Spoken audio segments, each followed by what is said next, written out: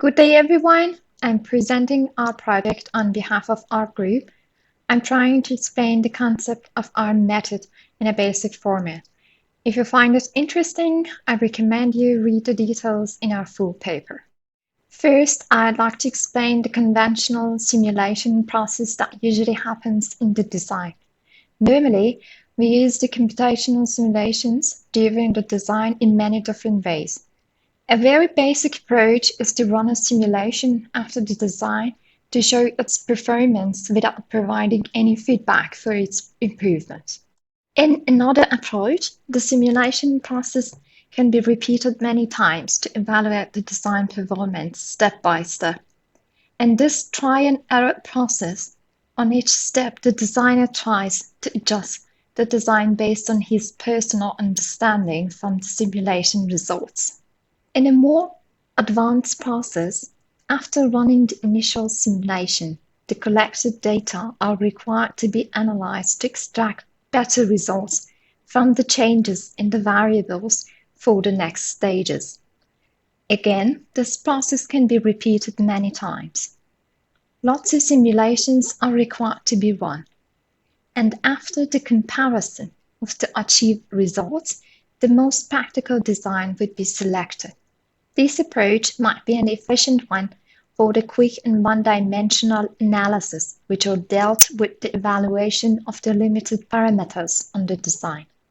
However, the same process would become very complicated and time-consuming for the complex simulations like thermal comfort, which lots of different parameters are involved to extract the final result.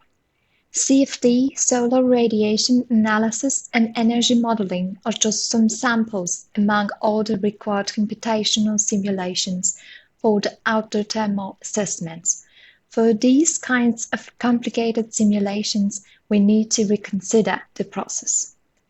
This endless loop can be broken to avoid a time-consuming repetitive structure. It is recommended to execute the precise data analysis after the proper simulation.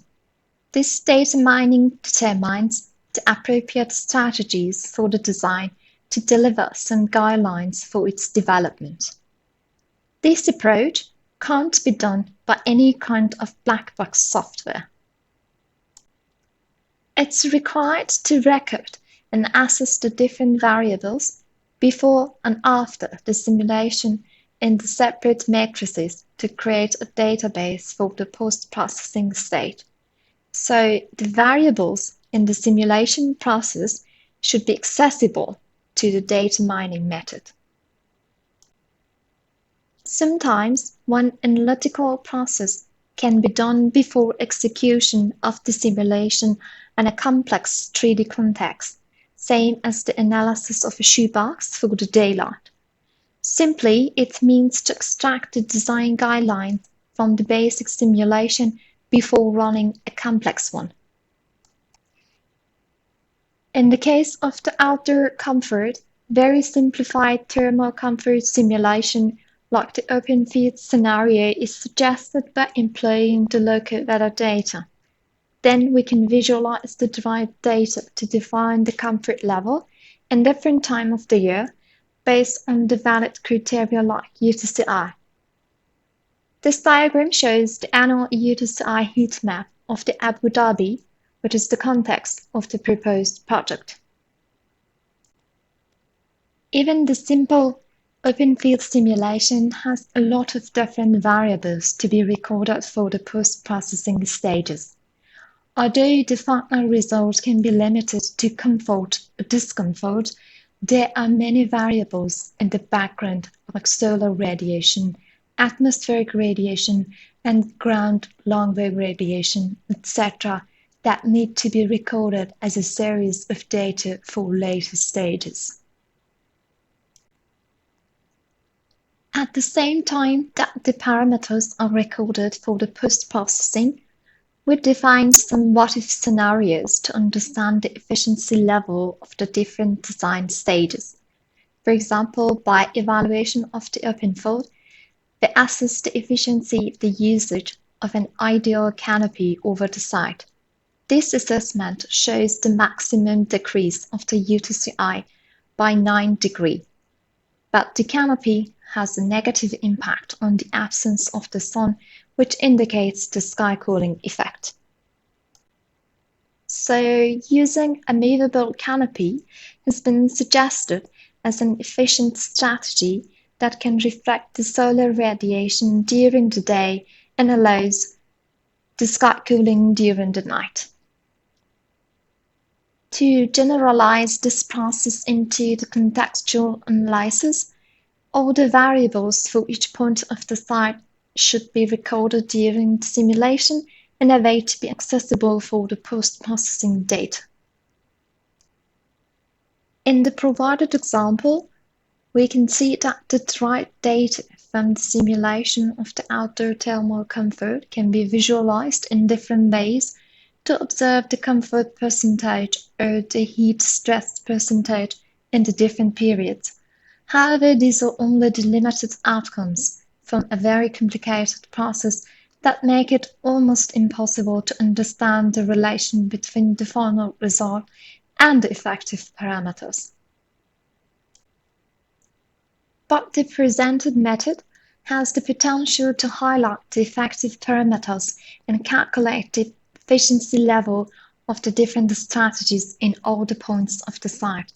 In the provided example, the role of different variables such as air cooling, airflow, and surface albedo have been considered, and as it can be seen, the efficiency level of each parameter can be defined in the different points, and it can guide the designers. These diagrams illustrate the more efficient places to provide different cooling strategies on the site of interest. The outcome of the applied methodology not only prioritizes the role of each parameter, but also highlights the most effective area that the practical strategy needs to be considered. The efficiency analysis of each environmental parameter forms a corresponding pattern of the site that displays in which area has the potential to be used more efficiently to enhance the outdoor comfort condition. The visualization of this analysis on all the site leads to the emergence of a specific hidden pattern for the site. The illustration of these patterns for all the environmental parameters leads to construct a guideline map for the entire site.